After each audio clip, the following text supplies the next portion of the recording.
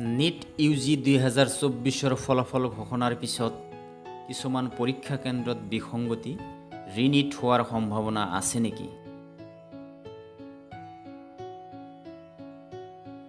4 মে 2024 তাৰিখত প্ৰকাশিত নিট এক্সামৰ ফলাফল ঘোষণাৰ পিছত নেশ্যনেল টেষ্টিং এজেন্সিয়ে অনুষ্ঠিত কৰা কিছুমান পৰীক্ষা কেন্দ্ৰত অনিয়ম হোৱাৰ বাতৰি প্ৰকাশ পাইছে।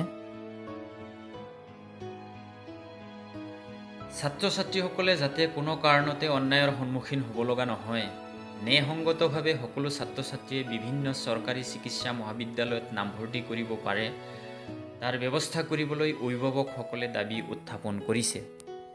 নেশ্যনেল টেষ্টিং এজেন্সিৰ সঞ্চালক প্ৰধান সুবোধ কুমাৰ সিং সংবাদমেলত প্ৰকাশ কৰা মতে, দেশৰ মুঠ 4,750টা পৰীক্ষা কেন্দ্ৰৰ ভিতৰত মাত্ৰ 6টা পৰীক্ষা কেন্দ্ৰৰ পৰা এই অভিযোগ আহিছে আৰু প্ৰায় 24 লাখ ছাত্ৰ-ছাত্ৰীৰ ভিতৰত মাত্ৰ 1,600 ছাত্ৰ-ছাত্ৰী প্ৰভাৱিত হৈছে।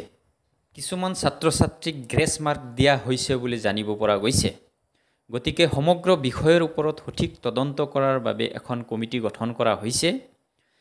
গতিকে ছাত্ৰ-ছাত্ৰীসকলে এই বিষয়ে চিন্তাৰ কোনো প্ৰয়োজন নাই। কাউন্সেলিং নিৰ্দিষ্ট সময়মতে হৈ থাকিব। তথাপি ছাত্ৰ-ছাত্ৰীসকল এই সম্পৰ্কে সজাগ থাকিবলৈ পৰামৰ্শ দিয়া হৈছে, যাতে সমগ্ৰ প্ৰক্ৰিয়াটোত কোনেও অসুবিধা নোহোৱাকৈ অংশগ্ৰহণ কৰিব পাৰে। ইতিমধ্যে বিষয়টোৰ সঠিক তদন্তৰ বাবে দেশৰ উচ্চতম ন্যায়ালয়ৰ দ্বাৰস্থ হৈছে বুলি জানিব পৰা গৈছে।